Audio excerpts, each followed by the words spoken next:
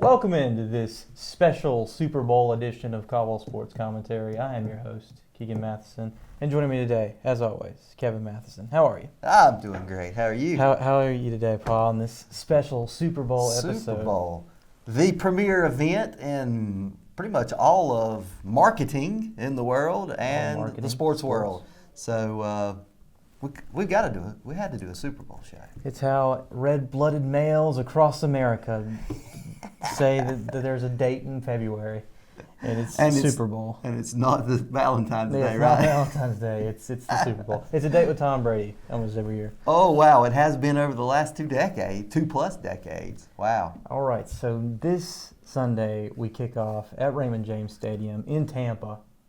First time a home team has ever played in the game itself. So we have the Tampa Bay Buccaneers facing the Kansas City Chiefs. What do you think?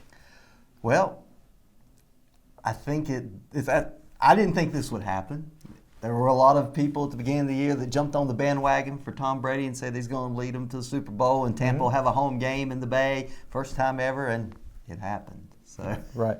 I honestly thought the Saints and Drew Brees might have one last swan song and be in the Super Bowl, and then I was big on the Ravens at the beginning of the year, and I thought maybe they could upset the Chiefs, but hey, I think it's going to be a great game. I mean, you got the young gun. Offensive firepower. Young gun in Patrick Mahomes going against the veteran, #1 quarterback of all time, even on both of our lists. Yeah. Greatest football players of all time, Tom Brady, greatest quarterback ever.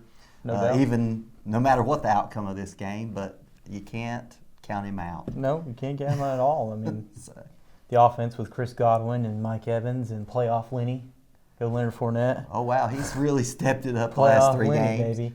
And, of course, we got on the defensive side, Devin White and the like.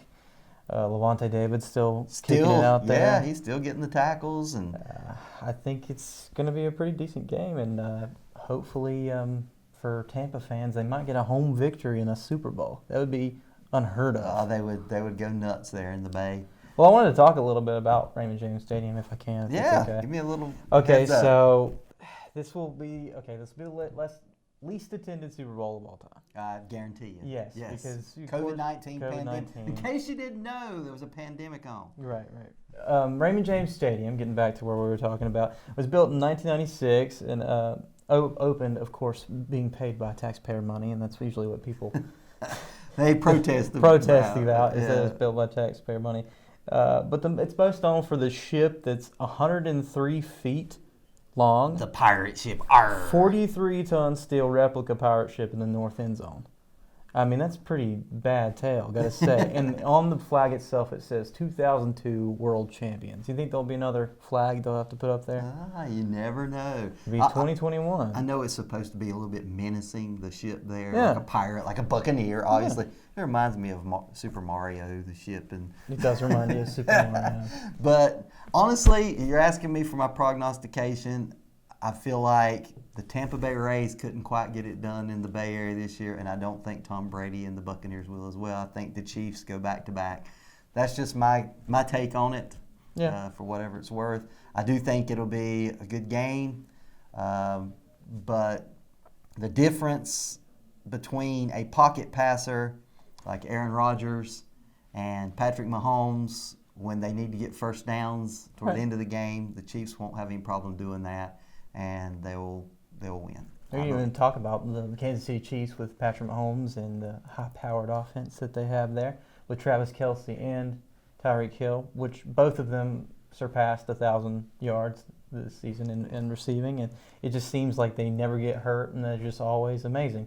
Almost like the Warriors were as dominant as the Warriors were a couple years ago, or a few years ago now. Yeah. 3 years at least. Their defense is a little bit of a liability, unfortunately. They let a lot of ground game yards go, so that might be where they have a little bit of leeway for the Tampa Bay Buccaneers. But if they're going to get it done, you got to think Tom Brady's going to be the way to get it done.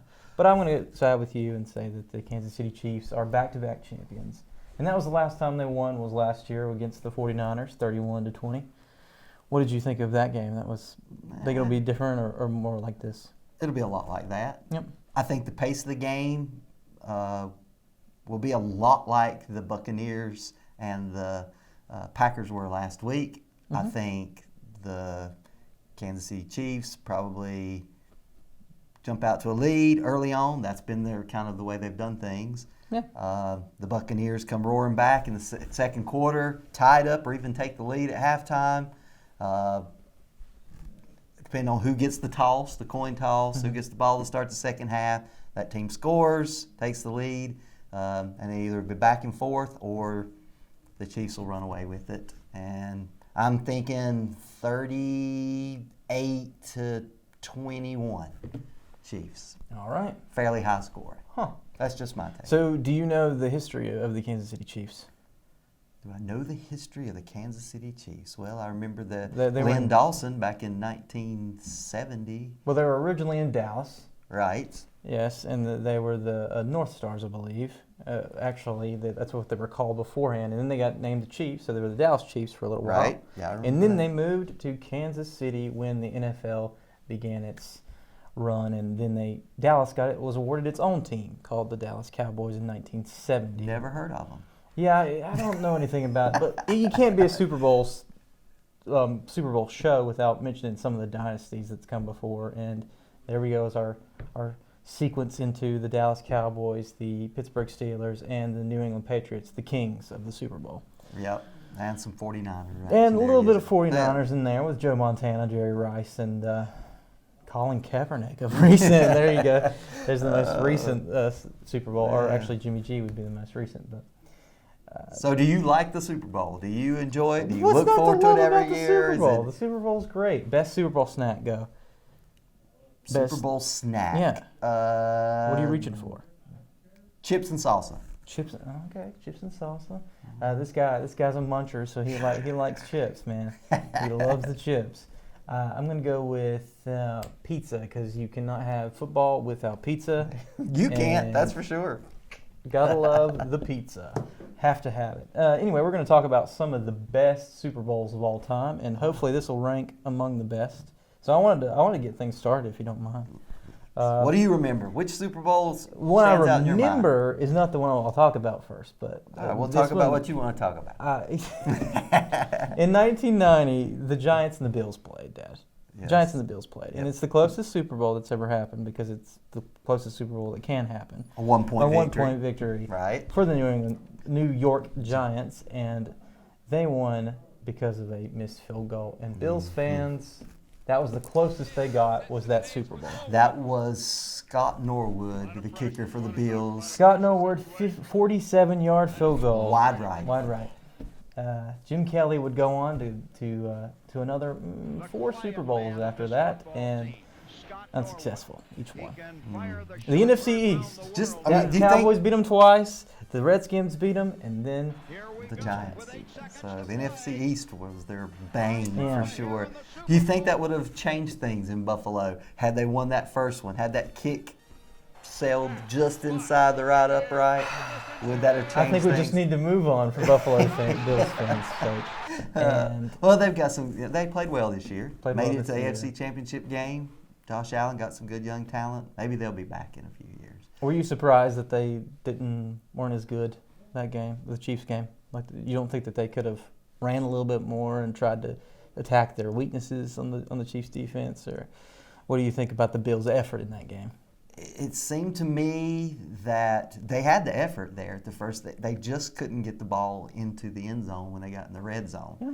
Because they took a 10-0 lead at the beginning of the game, Yeah. and then it went. And it shouldn't have been 10-0. It should have been 14-0. Yeah, definitely. And then that probably would have changed a lot of things. Definitely. Josh Allen was kind of more of a pocket passer in Yeah, the second and half, and I'm not sure why They call didn't him use Josh his Stallion for a reason. He needs to the run. legs. Needs to get out and run. So anyway, but the Chiefs earned it. They're there. Poor Bills. I'm sorry. I didn't The mean to bring up Bills. your Super Bowl. What's another Super Bowl you remember? Oh, that was one of them. That was on my list. That particular one, but the one I think that stands out in my mind the most, I guess, 1979, Pittsburgh Steelers, Dallas Cowboys. With your baby. Terry Bradshaw, of course, captain of the ship for the Steelers, had been there, won before already. Lynn Swann, John Stallworth, Franco Harris. Lots of iconic names. Yeah. Lynn guys. Swann was so fast. Yeah, he was. But the Cowboys, equally. Oh, yes. Roger Staubach, Tony Dorsett. Tony Dorsett, Randy White. Lots of things happened. And I mean, not to knock some of the things in that game, but Randy White, he had a broken bone in his wrist. He had his hand wrapped up. The club, yeah. At the club, and yet he fielded a kickoff and fumbled it. And that set the whole stage for, had that not happened, We're things looking at may have been Cowboys different. maybe getting the 6. Exactly. Maybe even if Jackie Smith hadn't have dropped a touchdown pass. I mean, sure. I mean, it was in his hands. He just dropped it. It looks like, and went right through. And that would have tied it up. They ended up, they had to settle for a field goal. They ended up losing by 4. But it was back and forth, nip and tuck, kind of Dallas dynasty. They'd been really good. Steelers have been good. It's just one that really stands out. Back and forth, back and forth. So. But don't feel too bad for the Cowboys. They got one beforehand. Yeah, they got one. They killed the Broncos the year before in '78. The Orange Crush got crushed by the Dallas Cowboys. But that's one that stood out. What's another one maybe that stands out to you? One other one that stands out to me is definitely the Cardinals and the Steelers. February of 2009.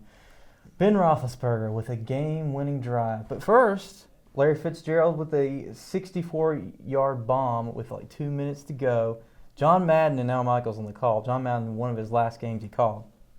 But what happens next is pretty much history. We have Holmes on a little curl route, and it goes 4 yards. And then Holmes again for another 6 yards to get the touchdown and the game sealer with the tippy toe tap in the back of the end zone. An electric play. I remember it well. I remember that being in middle school, and we had the little buttons, and I had picked the Cardinals before to win, and they did not win. So close. Yes, so that's probably the most memorable one in my lifetime. Either that or the Harbaugh Bowl, which the Harbaugh. The Harbaugh. Yeah, that I could talk that is about. one. That was one that made my list. That one, the Ravens were blowing them out in the first half, and they had, if you remember, but remember if it was halftime shows. I'm sorry, I don't watch it for the entertainment. Many people do, but I think it might have been Beyonce. But after that, they had a power outage shortly thereafter for like 35 minutes, 34 minutes or something. It gave them more rest. The 49ers and Kaepernick kind of led them back, and they got back in the game. Super way to throw you out of rhythm completely, because it was all Ravens. It was all Ravens up until the point, and the 49ers came roaring back. But the big thing that happened was that goal line stand, with about 150 to go. The Ravens made that goal line stand.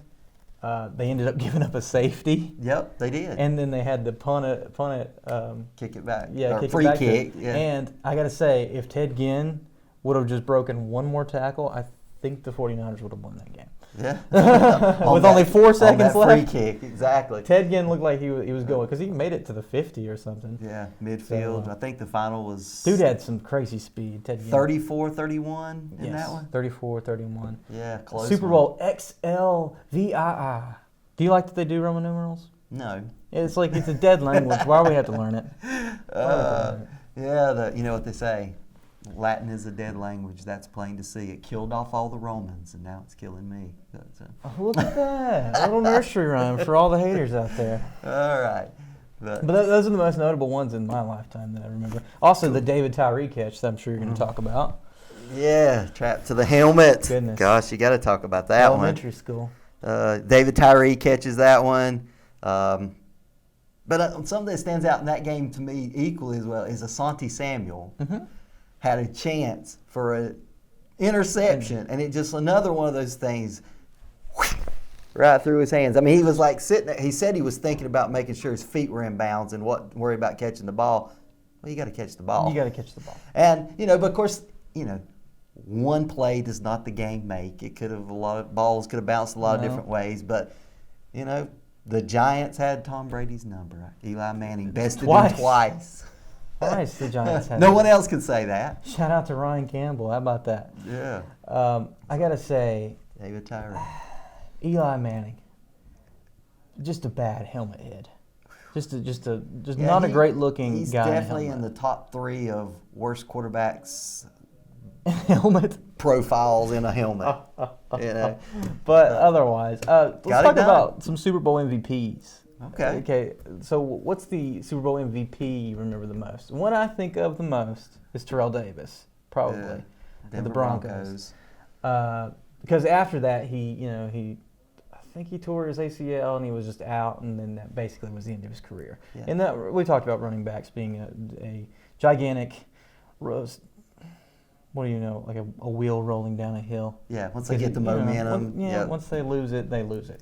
So, what do you think as far as Super Bowl MVPs? We've had Tom Brady, who has the most Super Bowl MVPs. Of course. That one, bringing the. I thought maybe James White should have been the MVP of that game for the Patriots, but one of the most memorables of recent times, the great meltdown of the Atlanta Falcons. And you could say the great comeback of Tom Brady and the Patriots in the second half. Falcons scored not one point in the whole second half, up 28-3 at halftime. If they would have just ran the ball with Devonta Freeman. And Patriots tied up the only Super Bowl to go to overtime. Mm-hmm. And, of course, it was anticlimactic. They won the kick, the coin flip, overtime.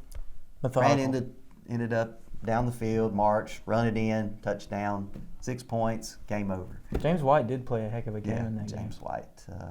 But Tom Brady, alas, gets the MVP. Yeah, so that Tom Brady MVP, another MVP that stands out.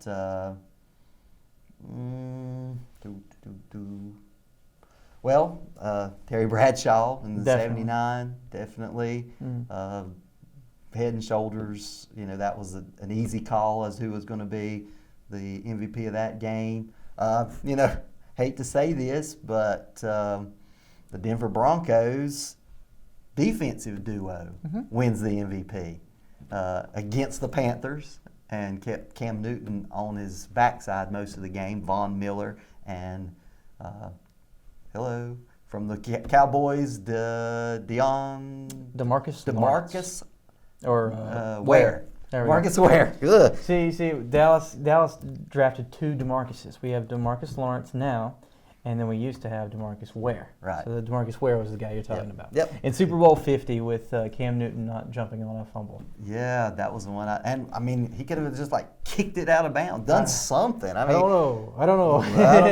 Maybe he had a TIA moment there. Maybe, yeah. We all have brain farts sometimes. Yeah. It happens. It happens. But I remember that, and the defensive players. They ruled that game. Gosh, what else? Who were some of the other MVPs that you remember? I know Emmitt Smith won one. That was amazing. Yeah. That was 93, I believe, was the one that he won it. He ran all over them. Yeah, 94, Troy Aikman. I think we have to mention this, or somebody's going to be upset. Best halftime show that I saw in a Super Bowl, I would say U2 after 9/11 was pretty awesome. All the names of the people that we lost were strewn behind them as they did with the Streets of That was pretty powerful. I loved Prince's. Prince's did very good. There's some other non-memorable ones. Of course, I have to mention Bruce Springsteen because he's my boy from Asbury Park, New Jersey. Yeah, and his crotch shot, as he slid into the camera. There, but that's Americana for you, right there. That's it, baby. Is there anything more American than Ford and Bruce Springsteen and the Super Bowl? Come on, now. Tostitos. Exactly. Totinos, whatever else. Oh gosh.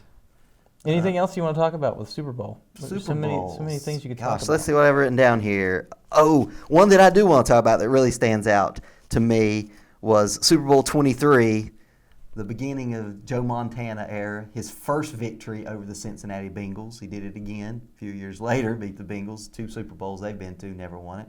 But what stood out to me, and I guess maybe it's traumatized me as a child, and it happened to me later in high school, was Cincy's defensive end, Crumry, broke his leg in the Super Bowl. gruesome injury. I mean, you can see it just Yeah. like the Theismann one, just like several of the bad Alex ones. Smith. Yeah, Alex Smith. That changed the whole course, and that they kept running that direction to the Bengals line to the replacement, and was very successful. Joe Montana, of course, won that one. 20-16 was the victory there. John Taylor catch from Montana, the thing that stands out in the end zone by a 6-yard catch on the last drive. Well, do you remember the 49ers and the Cowboys in the Super Bowl? Which one? With Steve Young or with Joe Montana? No, not the Super Bowl. The NFC Championship. Game. Yeah, NFC obviously. Championship game. Well, who was the guy who recently passed away? He was a tight end for the 49ers. Dwight. Yes, Dwight Clark. Clark. Yes. Yep. His catch, and just in postseason, if we're talking about, his catch was crazy. Even though I'm a Cowboys fan, that's probably one of the best postseason catches of all time. Dwight Clark. So, yeah, that's memorable. Remember that one as well. So, I remember the greatest show on turf, St. Louis Rams. Of course, Kurt Warner. Kurt Warner, Torrey Holt, Marshall Falk. Ground game. Which he played the Eagles Patriots Super Bowl? Yeah. He played for the Patriots team. Yeah. Marshall Falk did. And I just was like, just randomly, Marshall Falk's out there. And then we see Donovan McNabb just basically throw that game away. There's 3 turnovers in the first quarter of that game. That will kill you in any game. Yeah, 3 turnovers for the Eagles, and Donovan McNabb was a big part of that. And I'm like, you just gave the game away, basically, on those 3 turnovers, because they didn't score a single point. The Patriots didn't from that whole first quarter, and I'm like, how did they not score any points? The Eagles defense was very formidable. They should have won that Super Bowl. But Donovan McNabb was playing at that level. He just turned the ball over too many times. So that was a good one. And then, of course, in that game, the one I was referring to about the Rams, the greatest show on turf, Tennessee Titans. And Steve McNair led them back, kind of like Kaepernick did after the power outage, but in the second half. But McNair, he was country strong, as Jerry Rice would say about him. And anyway, led them back, had a chance, driving at the last. And Kevin Dyson gets tackled as time expires on the 2-yard line. And, the Rams win the game 23-16. The tackle. Yeah, the tackle. Yeah. That's one of the ones I remember.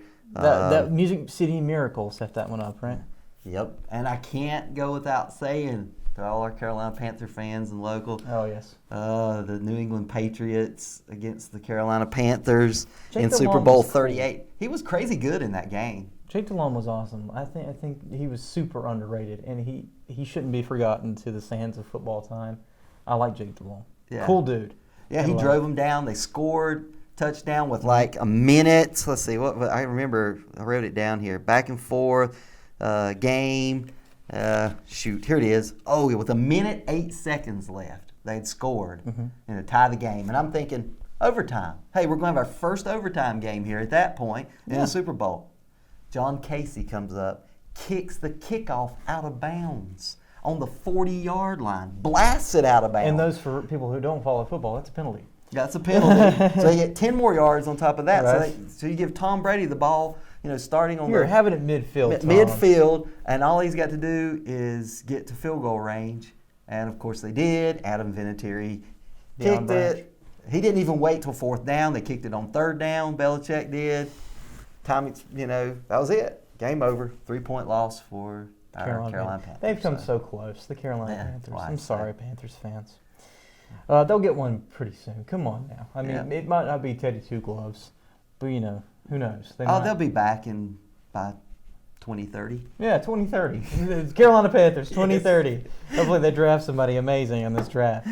Oh, goodness. So that's about all I got. Do we need to wrap anything up in Super Bowl lore? I think we pretty much covered it. Yeah, love it. I mean, I guess maybe I don't remember these, but I've seen Joe Namath calling out the win. Oh, yes. Guaranteeing the New York Jets would win in 1970. 69. 69 season, 70 Super Bowl. That